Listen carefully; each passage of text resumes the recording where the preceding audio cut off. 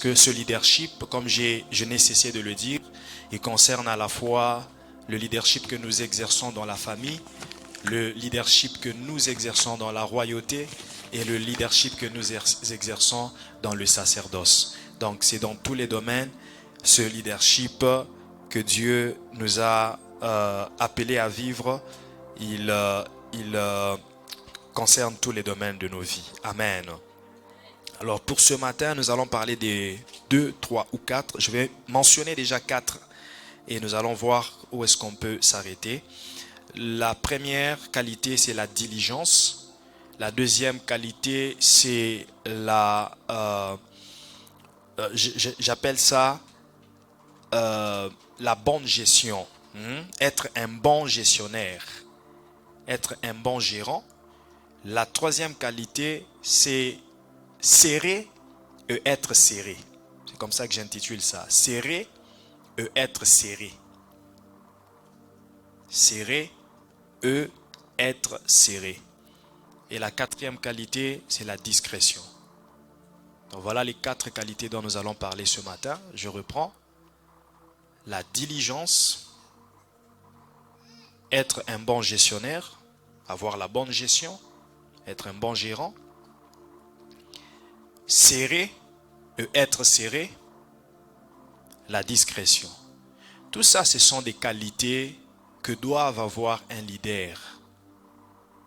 C'est lui que Dieu appelle pour exercer un leadership, une autorité, une chefferie, quel que soit sur un petit groupe ou sur un trop grand groupe.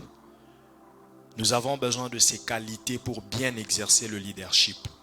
Avant d'être appelé leader, dans la formation pour devenir leader, nous en avons besoin. Étant établi leader, nous en avons aussi besoin.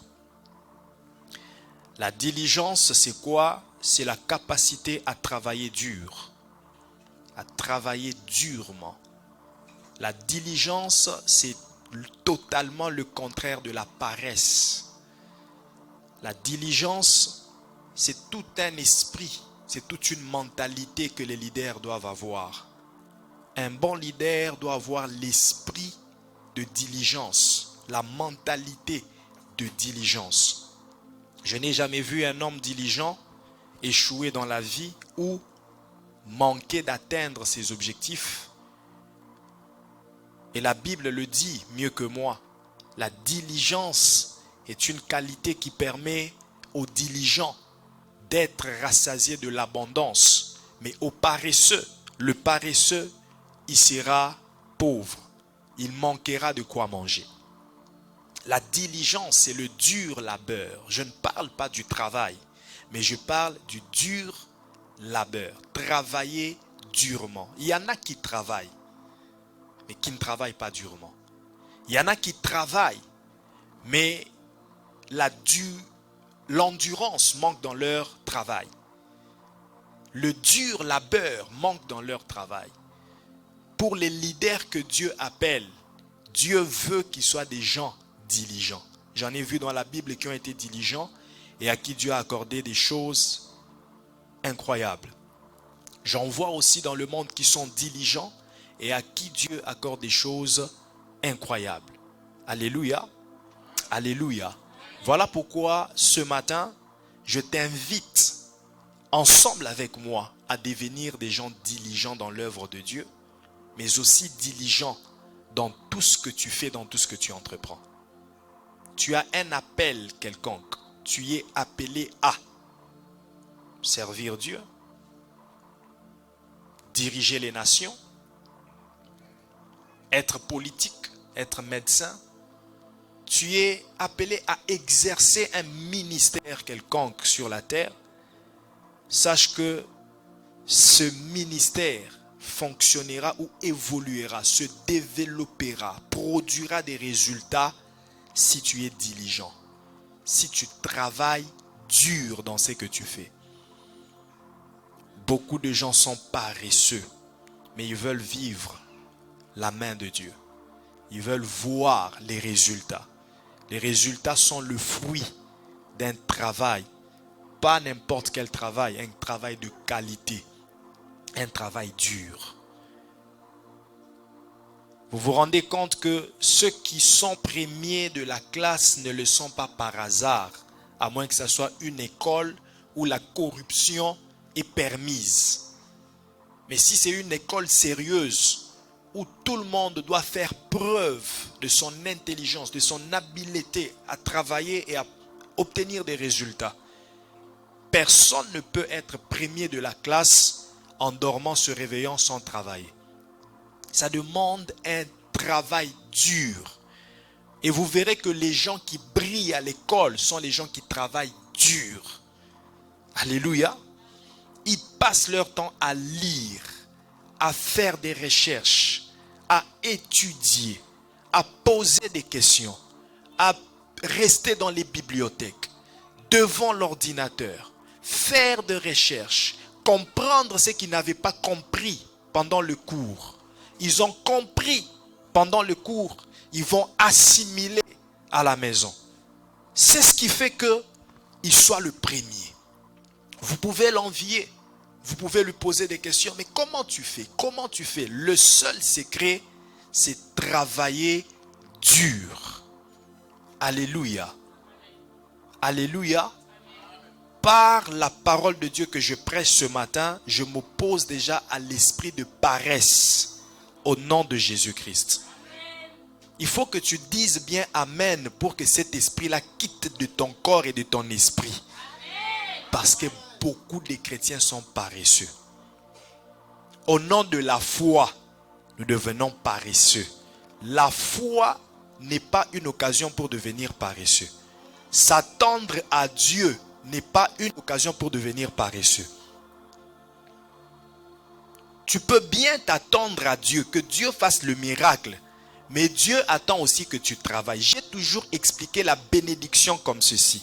La bénédiction est une entité spirituelle que seul le travail peut convertir en matériel et physique.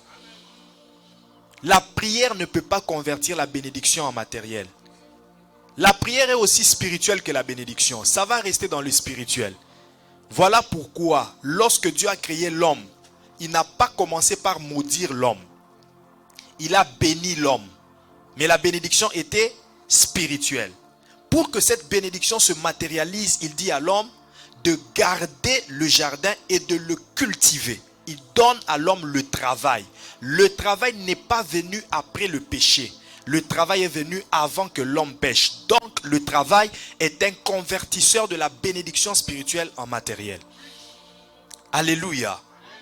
Il faut quitter la paresse. Tu as reçu l'appel de Dieu.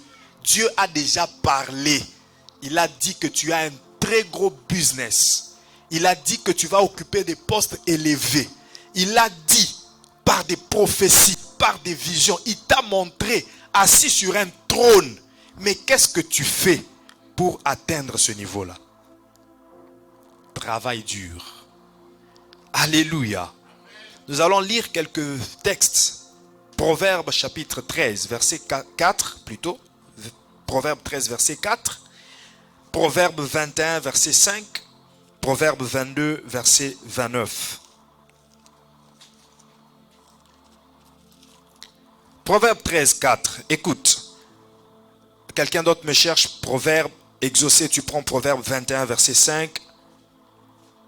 Déborah, Proverbe 22, verset 29. Nous lisons tous dans la version Louis II d'abord. Proverbe 13, verset 4. L'âme du paresseux a des désirs qu'il ne peut satisfaire. L'âme du paresseux a des désirs. Avoir des désirs, c'est bien. Mais est-ce que tu es capable de satisfaire ces désirs-là? L'âme du paresseux a des désirs. Tout le monde peut avoir les désirs, mais seuls les diligents peuvent accomplir leurs désirs. Le paresseux ne pourra jamais satisfaire ses désirs. L'âme du paresseux a des désirs. J'aimerais devenir. Je veux être. Je veux posséder. Je veux avoir. Cette année 2023, j'aimerais bien monter un business. C'est un désir. Cette année, j'aimerais décrocher mon diplôme. c'est un désir. Cette année, je veux m'acheter une voiture. C'est un désir. Mais si tu es paresseux, tu ne pourras jamais satisfaire ces désirs.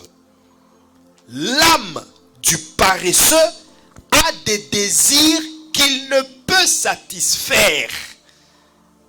Les désirs sont dans son cœur, mais la capacité de satisfaire ces désirs-là, c'est ce qui lui manque. Et qu'est-ce qu'il fait qu'il manque cette capacité-là? C'est la paresse.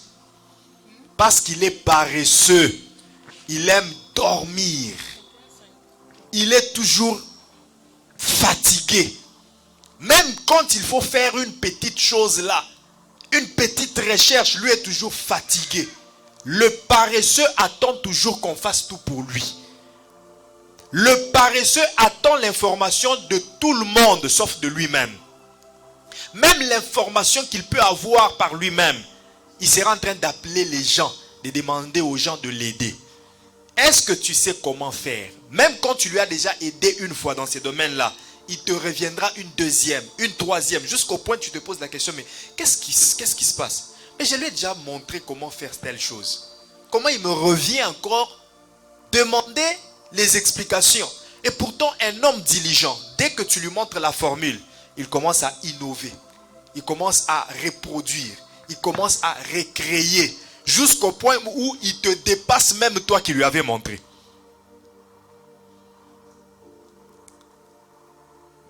Beaucoup ont des smartphones ici. Mais la seule chose qu'ils savent faire avec leur smartphone, c'est lancer l'appel pour demander de l'aide aux autres. Allô? Est-ce que tu peux me renseigner comment on fait? Comment? Et pourtant tu as un smartphone. Où tu peux aussi googler. Où tu peux aussi YouTuber. Obtenir l'information. Mais la paresse fait que tu sois toujours en train de regarder des vidéos sur TikTok, de regarder des images sur Facebook, de regarder des choses qui, je ne dis pas que ça ne t'instruit pas. Il y a certaines vidéos que tu regardes aussi, ça t'instruit. Mais quand tu calcules le quota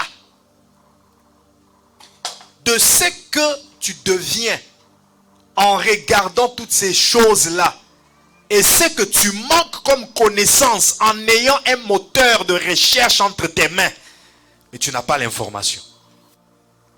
Tu dépends des autres. C'est les autres qui doivent faire pour toi, qui doivent toujours. Pendant que tu as déjà la procédure entre tes mains. Alléluia. C'est la paresse. Le paresseux a des désirs, mais lui-même ne peut pas satisfaire ces désirs-là. Mais l'âme des hommes diligents sera rassasiée. Si tu es diligent, si tu travailles dur, si tu es capable de faire des nuits blanches pour te former et te performer, tu te rassasieras. Tu seras un leader. Tu seras rassasié de l'abondance. J'invite chacun de nous à travailler dur dans tous les domaines. Alléluia. Amen. Dis à ton voisin, travaille dur.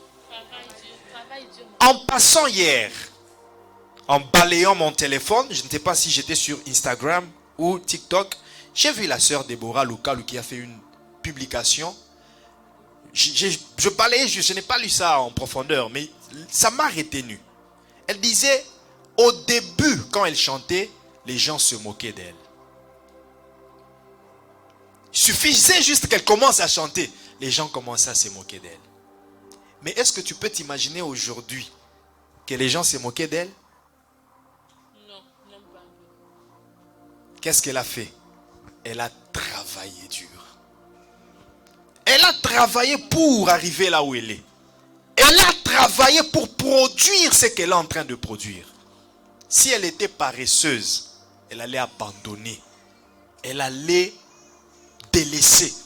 Elle n'allait pas devenir ce qu'elle est devenue. Et c'est valable dans tous les domaines. Travail dur. Les hommes diligents, les personnes diligentes sont ceux qui réussissent à produire des résultats exceptionnels. Proverbe 21, 5. Proverbe chapitre 21, verset 5, j'ai lu au nom du Seigneur. J'ai lu au nom du Seigneur. Les projets de l'homme diligent ne mènent qu'à l'abondance, mais celui qui agit avec précipitation n'arrive qu'à la disette. Les projets de l'homme diligent ne mènent qu'à l'abondance. Tu peux avoir des projets, mais associe à tes projets la diligence, le dur labeur. Vous savez pourquoi beaucoup de gens écrivent les projets et ne le réalisent pas? Il y a un carnet, même pas un carnet, il a maintenant 5 carnets pleins de projets. 5. Pendant que je parle, il y a une personne qui est déjà à son 3e carnet. Il a tellement écrit des projets. Et ce sont des idées exceptionnelles. Si seulement il peut te donner son carnet, tu lis. Je dis, mais waouh! Comment Dieu peut-il donner l'intelligence à des gens comme ça? Une telle intelligence. Tu sais que juste concevoir une idée n'est pas donné à tout le monde. Concevoir un projet, monter un projet, le réaliser. D'abord, monter un projet, ce n'est pas donné à tout le monde. Mais que toi, tu aies un projet.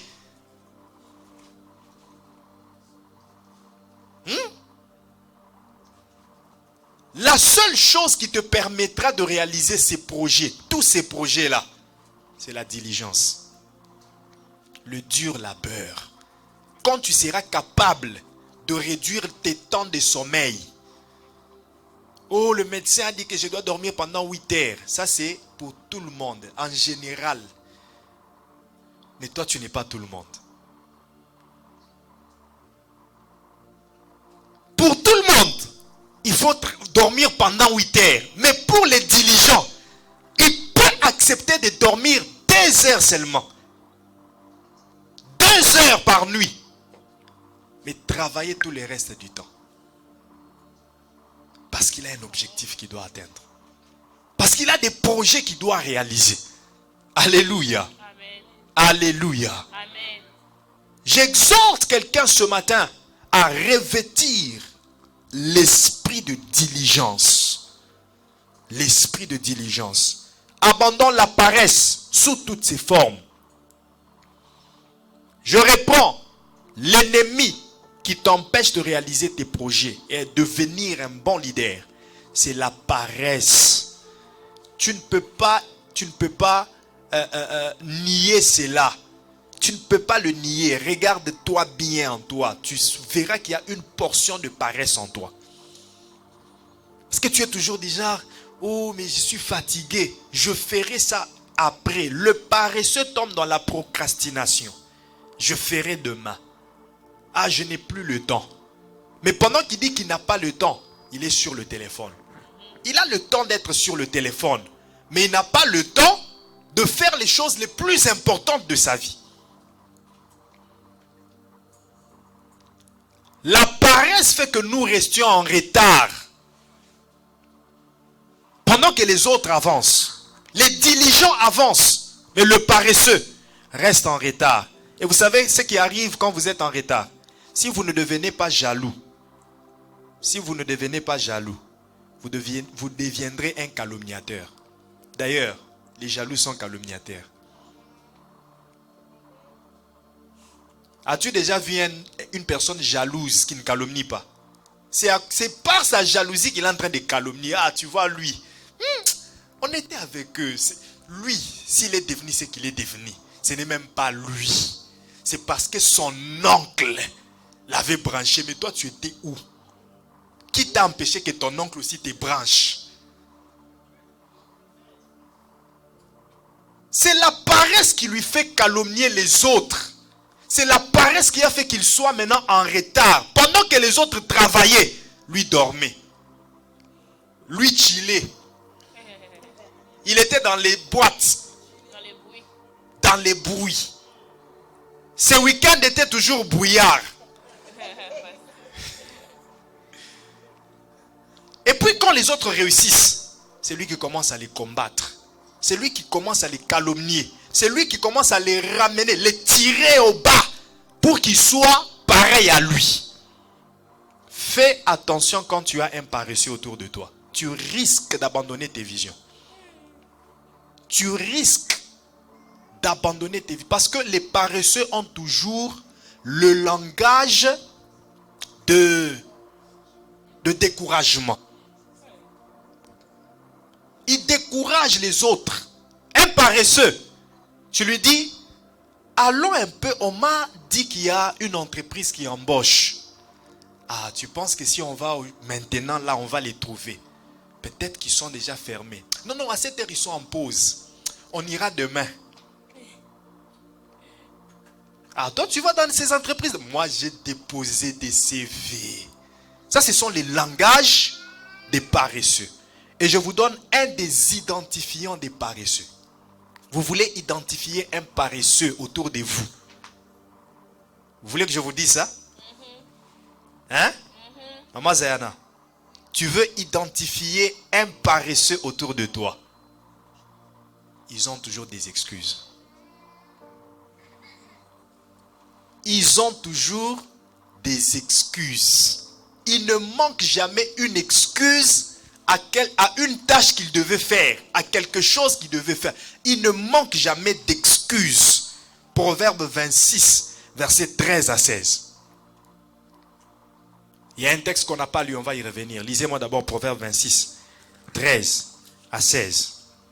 Les paresseux ont toujours des excuses. Je le lis. Le paresseux dit, il y a un lion sur le chemin. Il y a un lion dans les rues. La porte tourne sur ses gonds et le paresseux tourne sur son lit. Est-ce que vous avez compris ça? Oui. Oh, donnez-moi votre esprit, je veux vous parler. Je vais vous expliquer ce verset. La porte tourne sur ses gonds et le paresseux fait quoi? Tourne sur son lit. Ça veut dire quoi? Dans le langage spirituel, la porte est une voie d'accès. Même dans le langage physique, c'est une voie d'accès. Ne prends pas directement la porte comme celle-ci. C'est-à-dire, les voies de Dieu s'ouvrent en tout temps. Les opportunités de Dieu s'ouvrent en tout temps. Mais en ce temps-là que les opportunités s'ouvrent, le paresseux, qu'est-ce qu'il fait? Il tourne sur son lit. Il attendra des opportunités. Mais les opportunités étaient déjà là. Les portes étaient déjà ouvertes. Ésaïe 60, verset 11. Tes portes resteront constamment ouvertes. Elles ne se fermeront ni le jour, ni la nuit. C'est ça ce verset. Alléluia. Ça dit, les portes s'ouvrent, c'est ferme. Ça veut dire, les gens entrent. Ils viennent, ils tirent la porte, ils entrent. Hein? Oh, j'aimerais que tu comprennes ce verset, parce que si tu le comprends, tu vas haïr la paresse. C'est-à-dire, à chaque instant, les gens viennent. Et je suis entré, il ferme. Le paresseux est là, il dort. Il a entendu la porte tourner. Une autre vient, il ouvre, il entre. Le paresseux est là, il dort toujours. Une autre, 50 personnes ont ouvert et sont entrées, mais le paresseux est toujours sur son lit. 50 personnes ont eu des opportunités. Dieu a ouvert les portes. Ils en ont joui. Ils en ont bénéficié. Mais le paresseux est toujours en train de tourner sur son lit, attendant la meilleure des opportunités. Les prophéties ont été dites. Dieu a parlé. Il a recommandé. Au lieu de se lever et de commencer à travailler pour produire des résultats, il est toujours là à attendre. Je n'ai pas ceci. Je n'ai personne pour me jeter dans l'eau. Je n'ai pas ceci. Je manque ceci. Le paresseux l'a toujours à donner des excuses sur ce qu'il manque. Le paresseux ne considère jamais ce qu'il a déjà. Il considère toujours ce qu'il manque. Alléluia. Alléluia. L'œuvre de Dieu est une œuvre qui demande beaucoup de diligence. L'œuvre de Dieu ne peut jamais se construire avec des paresseux. Patrice. ça demande des gens diligents, qui travaillent dur, qui oublient parfois de manger, qui oublient parfois les besoins essentiels de la vie. Ils les abandonnent, ils les oublient. Ils oublient comment on va à une fête. Ils oublient, si tu es toujours fêtard, sache que tu n'as pas encore commencé à servir Dieu. L'œuvre de Dieu te fera oublier les fêtes. Tu seras dans une fête, mais tu es toujours mal à l'aise. Je dois quitter, je dois quitter. Pourquoi? Parce qu'il y a des choses que je dois aller faire. Je dois toujours travailler à l'œuvre de Dieu. Si tu fais l'œuvre de Dieu, tu es relax. Toujours dans les excuses. Oh non, je ne pouvais pas, je n'avais pas. Peut-être que tu n'as pas encore compris le sens de ton appel. Tu n'as pas encore compris le sens de ton appel. Verset 15. Le paresseux plonge sa main dans le plat et il trouve pénible de la ramener à sa bouche. Vous voyez un peu quelqu'un qui mange. Il plonge la main dans l'assiette. Il touche le morceau de viande. Mais pour prendre seulement ces morceaux de viande et les ramener à la bouche, c'est difficile. N'est-ce pas ce que nous vivons? Combien ont déjà plongé leurs mains dans le plat de Dieu? Et ils ont déjà tenu leur miracle. Leur bénédiction est déjà tenue comme ça à la main. Mais pour maintenant ramener la bénédiction et la matérialiser, toute la paresse est là. Est-ce que je parle à quelqu'un ce matin? Est-ce que je parle à quelqu'un qui a reçu la prophétie en cette année 2023? Est-ce que je parle à ceux qui ont reçu des prophéties en 2022? Moi, j'ai été témoin. J'ai été témoin des prophéties que vous avez reçues. Oh, tu es un homme de Dieu. Tu vas ouvrir une très grande église. Tu vas ouvrir une banque. Oh, tu vas ouvrir une boutique. Un salon de coiffure. Je suis témoin de toutes ces prophéties. Et un restaurant. Je suis témoin de toutes ces prophéties. Que ce soit les prophéties qui sont sorties de ma bouche ou de la bouche des autres hommes de Dieu que nous avons invités dans les services. Les prophéties que vous avez reçues sont le morceau que vous tenez déjà dans le plat. Mais qu'est-ce qui vous manque de concrétiser? Le manque du dur de labeur pour ne pas vous taxer d'être paresseux. Si vous vous levez et vous travaillez dur, vous réaliserez tout ce que Dieu a déjà dit. Parce que Dieu a déjà parlé. Ça veut dire c'est déjà concrétisé. Tout est accompli. La balle n'est pas dans le camp de Dieu. Elle est dans votre camp. Dis à ton voisin, lève-toi et travaille dur. Verset 16. Le paresseux se croit plus sage que 7 hommes qui répondent avec bon sens. Dans leurs excuses, ils ont une sagesse. Ils se croient être sages. Mais pasteur, tu vois, avec la redondance du sujet,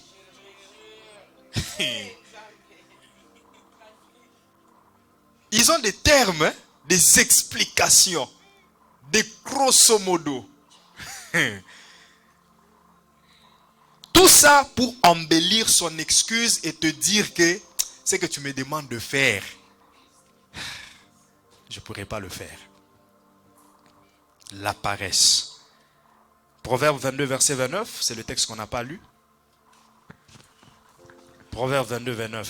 Proverbe chapitre 22, verset 29, je lis au nom du Seigneur. Oui. Regarde l'homme qui fait bien son métier. Il pourra offrir ses services au roi eux-mêmes au lieu de rester en obscur ouvrier. Regarde l'homme qui fait très bien son métier. C'est-à-dire l'homme qui fait très bien son travail. L'homme qui travaille dur. Sa place c'est où? Auprès des rois. Tu vas recommencer la lecture. Beaucoup de gens n'ont pas compris. Lis-le aussi dans la version parole de vie. Je vais le lire en 8 secondes. Cherche la parole de vie. 22, 29. Si tu vois un homme, écoute-moi, écoute. Si tu vois un homme habile dans son ouvrage, il se tient auprès des rois. Du fait qu'il est habile dans son ouvrage, sa place ne sera pas au milieu des gens. Sa place ne sera pas auprès des pauvres. À cause de son habileté, à cause du dur labeur, le dur labeur t'amènera à t'asseoir avec les grands, avec les rois. Lis ça dans Parole de vie.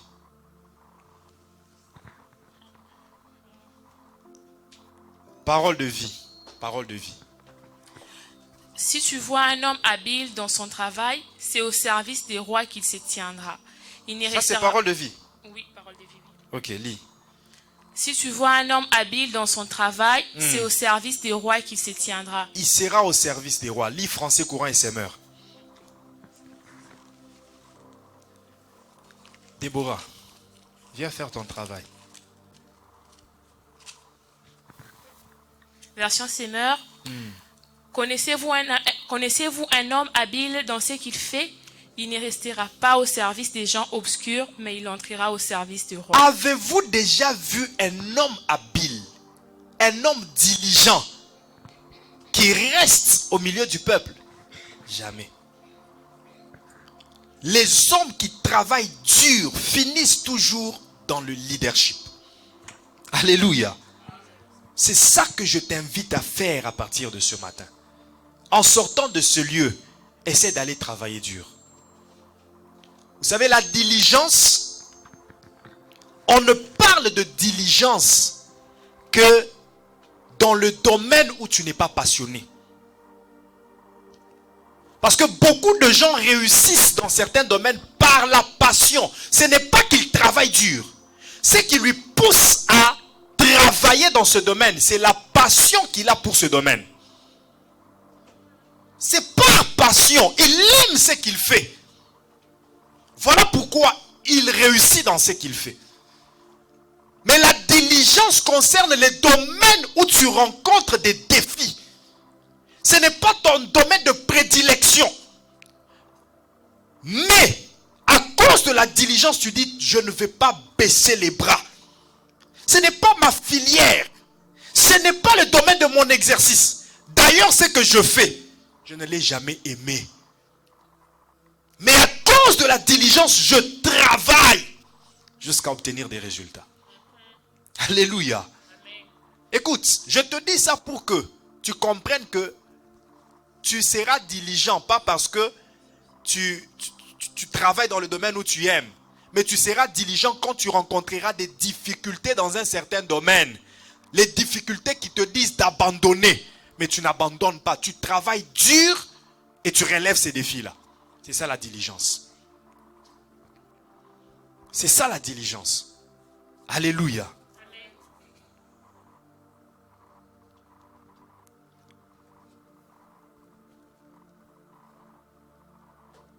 Sois un homme, sois une femme diligente. Ainsi, tout ce qui était difficile pour toi, ça deviendra facile. Je t'avais dit que le leader ne tient jamais de langage du genre « je ne pourrai pas »,« je ne connais pas »,« je ne… » Comment ? Je ne connais pas, je ne sais pas, je ne peux pas, je ne pourrai pas. Ces langages-là ne peuvent pas être dans un leader. Tout ce qu'on te demande de faire, tu dois affronter cela. Dur labeur. J'ai donné mon petit témoignage aux ouvriers. Je leur disais que j'ai brossé tous les départements de l'église. J'ai travaillé dans tous les départements. Je suis passé par tous les départements. Ce n'était pas facile. Ce n'était pas des choses faciles à faire. J'ai rencontré des défis, mais j'étais déjà revêtu d'un esprit de diligence. Je travaillais dur. Hein? Dur. Demandez à Renédi. Demandez à la sœur Gétou. Demandez au berger Gloria. Demandez à ces gens-là, ils vous diront. Pendant qu'eux dormaient, ils dormaient. On dormait dans les temples, ils dormaient. Ils attendaient 4 heures du matin pour qu'on se réveille, on prie ensemble. Mais j'étais déjà debout à 0h, pendant que je suis rentré à 22h.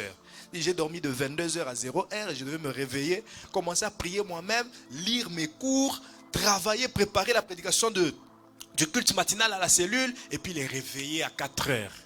Et à 6h, je suis sorti. Pour revenir à 22h, c'était une routine. Et la personne qui me posait souvent la question, c'était le frère Enedi. Mais berger, comment tu fais? Tu ne te fatigues pas? Tu n'as pas envie de dormir? Tu ne vas pas somnoler où tu vas? Je travaillais dur. Alléluia. Amen. Et les résultats, il les voyait. Il voyait les résultats. Donc, écoute, le dur labeur est une chose qui peut nous permettre d'avoir des résultats qu'on ne pouvait pas s'imaginer. Alléluia. Amen. Si tu vois un homme habile dans son ouvrage, cet homme-là ne sera pas parmi le peuple. Il sera auprès des rois. Je parlais de la bonne gestion.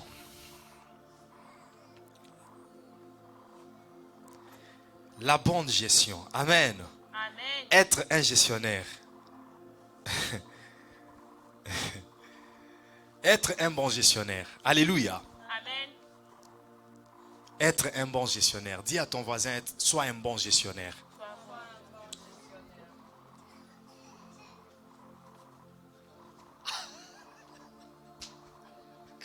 Un bon gestionnaire. Matthieu chapitre 25, verset 14, à partir du verset 14. Matthieu 25 à partir du verset 14. Écoute, c'est la parabole que tu connais que je vais paraphraser. Un homme qui partait pour le voyage, il appelle 3 de ses serviteurs. Il dit au premier serviteur et lui remet 5 talents. Prends les 5 talents, moi je m'en vais en voyage.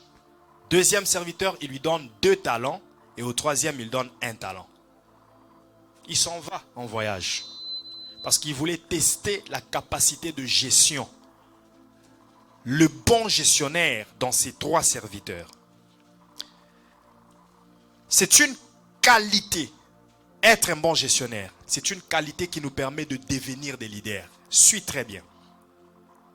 Le premier travaille ses 5 talents et il en reproduit 10. Donc 5 autres sur les 5. Le deuxième en travaille aussi. Il en reproduit 2 autres. Ça fait 4.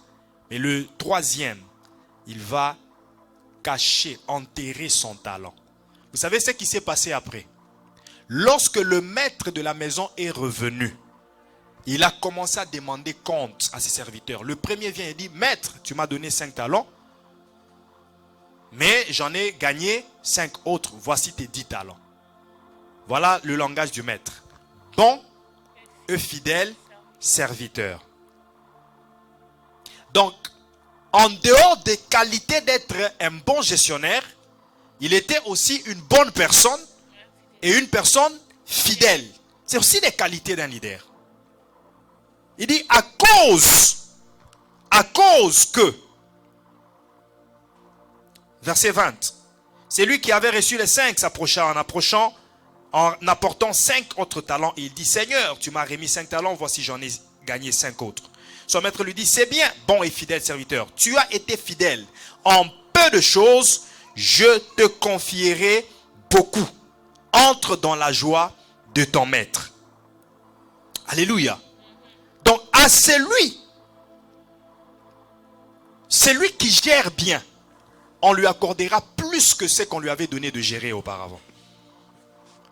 Celui qui gère bien, on lui donnera le leadership. Celui qui dirige bien, il quittera la dimension où il est pour atteindre une autre dimension. La bonne gestion.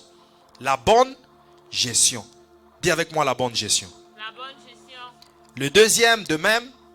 Le troisième, lui, on lui arrache ce qu'il avait. On le donne à un autre. Dans une autre version, dans un autre évangéliste parle de celui qui avait 5 talents, on lui donne la direction de 10 villes. C'est-à-dire, il devient le gouverneur de 10 villes. Donc, il atteint un leadership à cause de sa bonne gestion. Bien-aimé dans le Seigneur, pose-toi un peu la question. Les choses que Dieu t'a données, ne revenons pas trop en arrière. Seulement depuis janvier jusqu'aujourd'hui, en mai. Ce qui est tombé entre tes mains venant de Dieu, qu'est-ce que tu en as fait? Comment les as-tu gérés? Que ce soit l'argent. Comment as-tu géré l'argent que Dieu t'a donné? Mais c'est toi qui demandes encore l'argent aujourd'hui. Tu as eu des sommes d'argent, hein? Mais tu es allé en vacances avec. C'était des sommes que toi-même tu connais. Tu connais des sommes que tu as touchées. Quelle que soit la source par laquelle c'est venu, mais tu en connais. Tu connais les sommes que tu as touchées. Surtout les gens qui touchent Raphaël. Vous connaissez les sommes que vous avez touchées. Mais c'était quoi les plans? C'est là que tu es allé visiter Niagara, Mont-Tremblant, Toronto. Tu as fait tous les tours de Toronto. C'est là que tu es allé jusqu'à Dubaï. C'est là que tu es allé jusqu'à quelle ville encore touristique? Au Tanzanie, c'est quoi? Zanzibar. Zanzibar. Tu es allé jusque là, non? Ce n'est pas mal, hein? Ce n'est pas mal.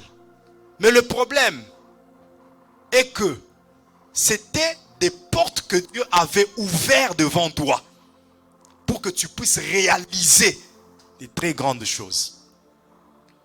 D'une part, tu t'es réjoui, mais tu as gaspillé ce qui pouvait te permettre de commencer certaines autres choses.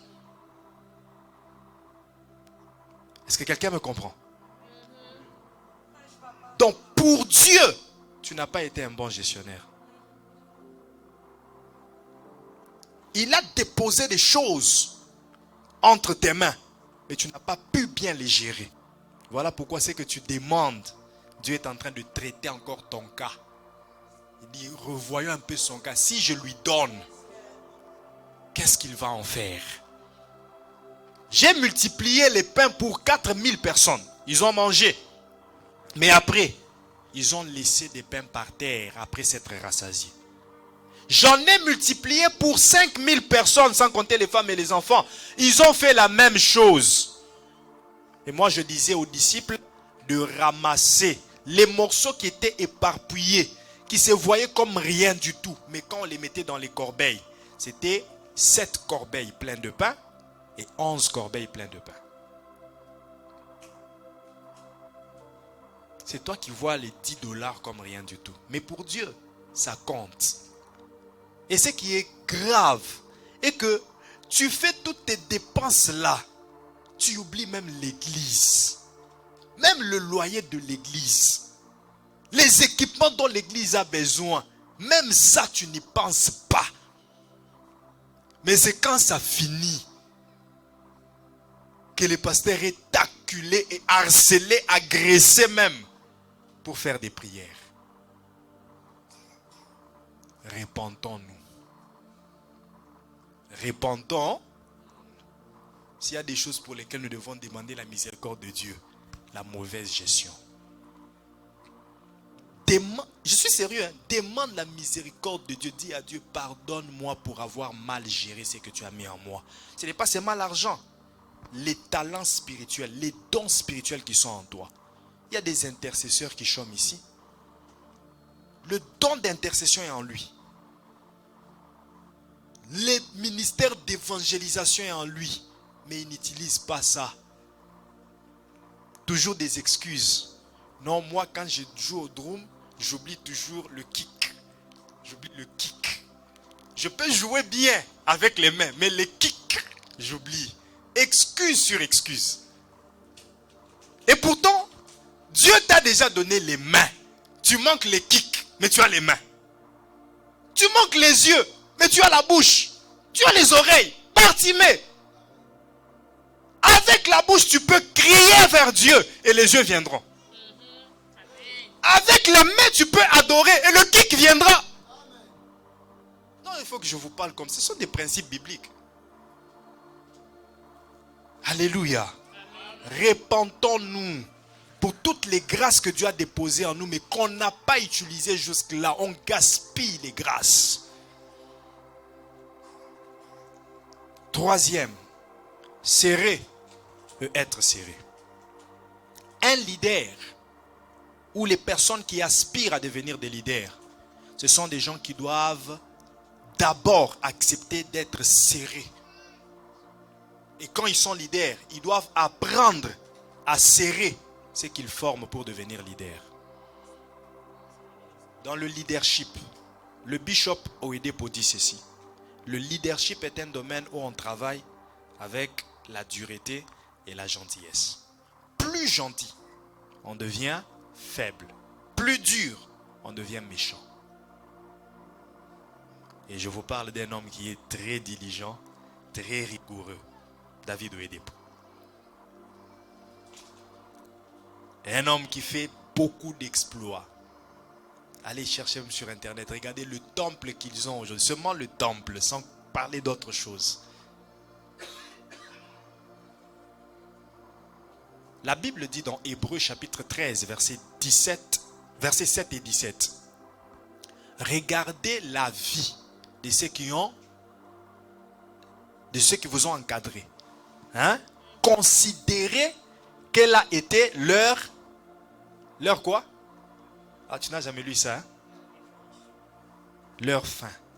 Hébreux 13, versets 7 et 17. Je dois l'expliquer.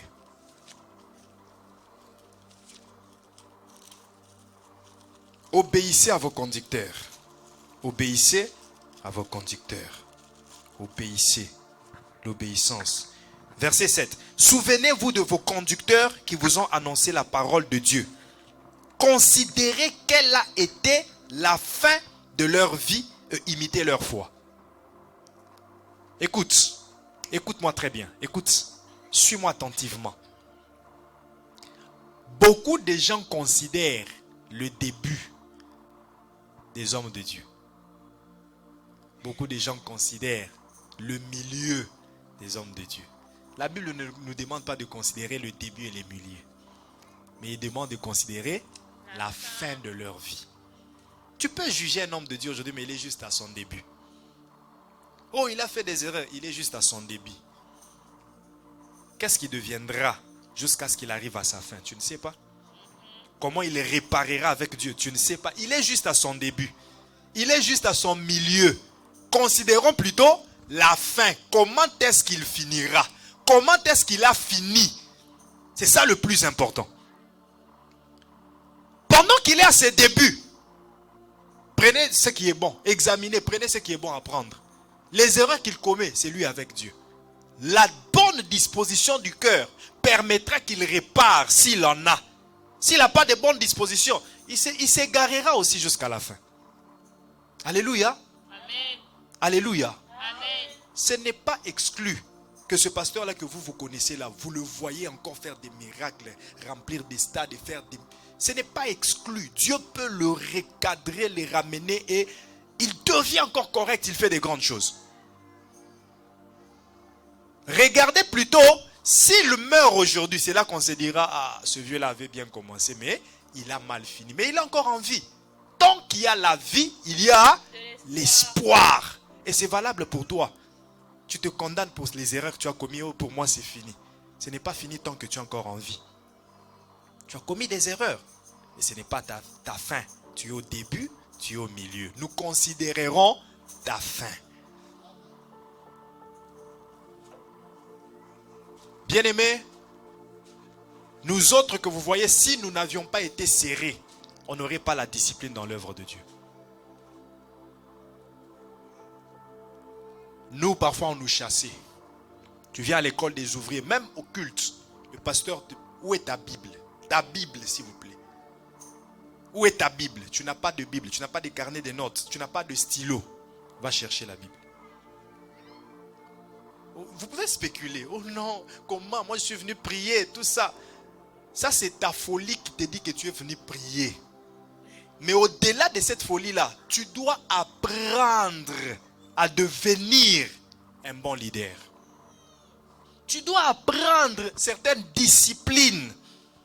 Tu dois apprendre certaines manières de se tenir. Lisons Luc chapitre 6, verset 38.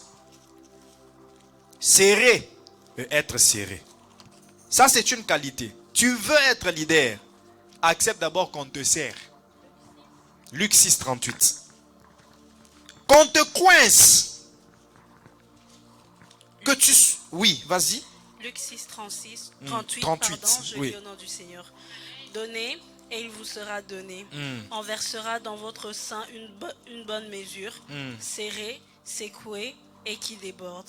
Car on vous mesurera avec la mesure dont vous serez servi. Alléluia. Amen. Une mesure comment? Serrée, secouée et qui déborde. Serré, secoué et qui déborde. Tu veux le débordement? Le débordement, c'est quoi? C'est le revêtement du Saint-Esprit. C'est la différence de la plénitude du Saint-Esprit. Tu peux recevoir le Saint-Esprit en toi à un certain niveau de plein. Tu peux être plein à moitié. Mais si tu es serré, secoué, c'est là que le Saint-Esprit commencera à déborder en toi. Et il dit, on vous mesurera de la mesure dont vous vous serez servi. J'ai vu des leaders rencontrer les mêmes problèmes qu'ils ont causés à leurs leaders. Des leaders rencontrer les mêmes problèmes qu'ils ont causés à leurs leaders. C'est-à-dire, lui, quand il était sous un leadership quelconque, il s'opposait, il désobéissait, il était irrespectueux. Et dès que lui aussi arrive, il commence à diriger les gens, il commence à moissonner les mêmes choses qu'il faisait pour... Je ne vais pas vous mentionner les noms, mais il y a un pasteur qui a détourné l'église. Il était sous le leadership d'un autre pasteur. Il va, il implante, mais à cause des ambitions mal placées, il détourne tout, il change les noms, tout, il prend tout sans le consentement de son père dans la foi. Il devient grand. Il oublie qu'il avait fait ça. Après plusieurs années, un de ses fils lui fait aussi la même chose. Comment ça fait mal?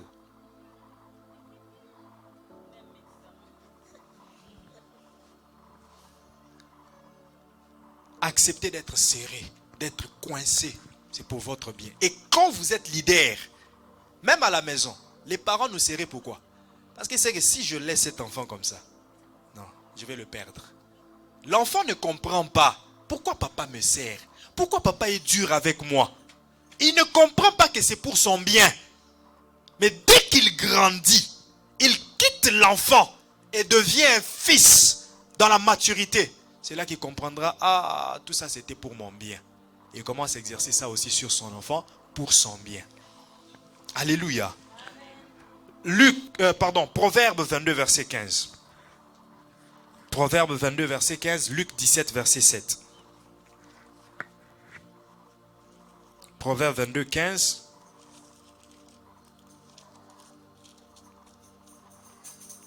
C'est une joie. Non, 22, 15. La folie est attachée au cœur de l'enfant. La verge de la correction l'éloignera de lui. La folie est attachée au cœur de l'enfant. La folie te dira, mais est-ce que... pourquoi papa me dit de rentrer à 22 heures? Je suis quand même libre, je suis indépendant chez toi. Tu n'es pas chez toi. Tu es sous les règles du propriétaire de la maison. Tu vas contester quoi? C'est chez lui. Tu veux ton indépendance, va chez toi. C'est la folie. La folie te fera dire et te fera faire des choses que tu ne comprends même pas. La folie est ce qui conduit l'enfant. La folie est attachée au cœur de l'enfant. Il y a beaucoup de contestations que les gens font, c'est par folie. Mais si tu lui expliques bien les choses, les règles, les principes qui régissent ce domaine-là, c'est là qu'il se rendra compte, mais je parle seulement pour parler, je ne connais rien dans ça. Voilà pourquoi tu dois être serré. Moi, aujourd'hui, je dis merci et je bénis Dieu pour le pasteur Thierry Kilapi, de la manière dont il m'a serré, secoué. Certaines disciplines que j'ai dans l'œuvre de Dieu, c'était parce que j'étais serré, secoué, coincé. Coincé de tous les coins. Coincé de toutes les manières. Moi, je ne le savais pas. Mais lui savait qu'il était en train de préparer un leader. Quelqu'un qui convertirait les âmes. Quelqu'un qui éviterait beaucoup de conflits dans l'œuvre de Dieu. Beaucoup de conflits. Qui éviterait que les têtes des gens ne se heurtent pas dans le ministère.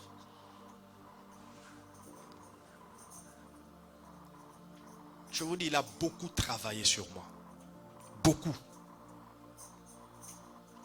Mais tout n'était pas que gentillesse. Il y avait des temps où il utilisait le bâton du berger. Il avait le temps où il utilisait la houlette du berger.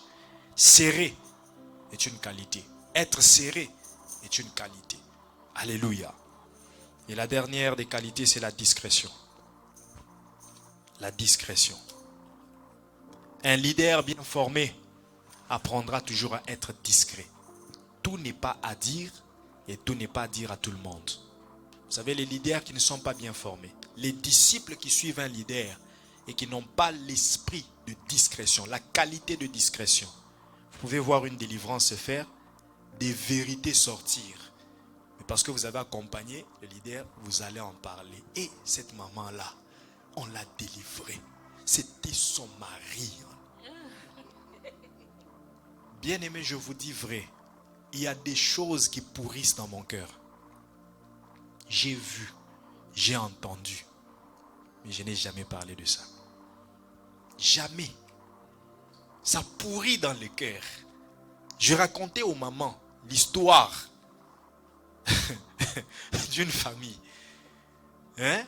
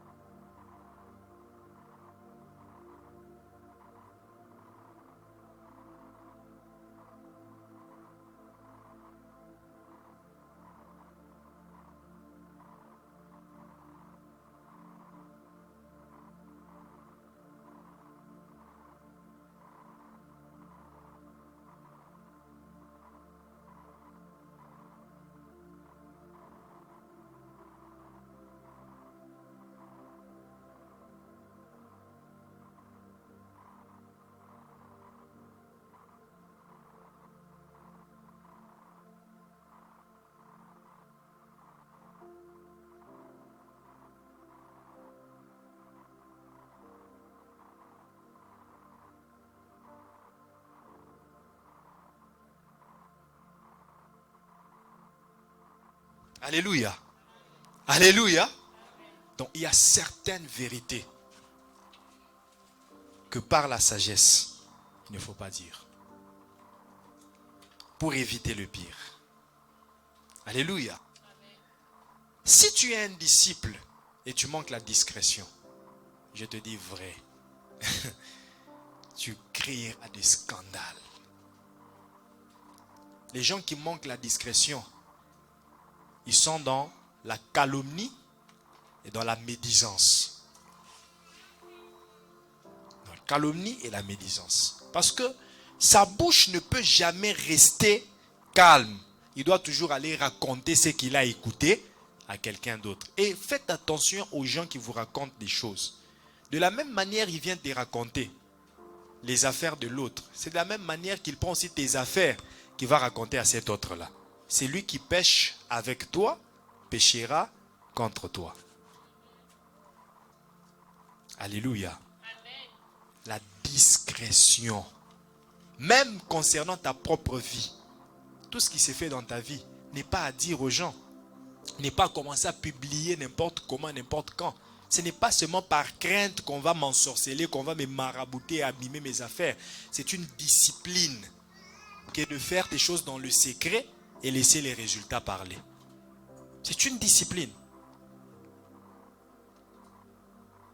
Et en dehors de ça, tu t'éviteras aussi beaucoup des jaloux. Beaucoup de personnes qui sont, qui rôdent autour de toi pour te voler ce qu'il y a à toi. À cause du manque de discrétion, j'ai vu des gens perdre leur fiançailles. J'ai vu des gens perdre certains postes, perdre la promotion. Je me rappelle de l'histoire de deux filles qui étaient amies, qui travaillaient dans une même entreprise. L'une avait déjà la promesse de la promotion de son directeur.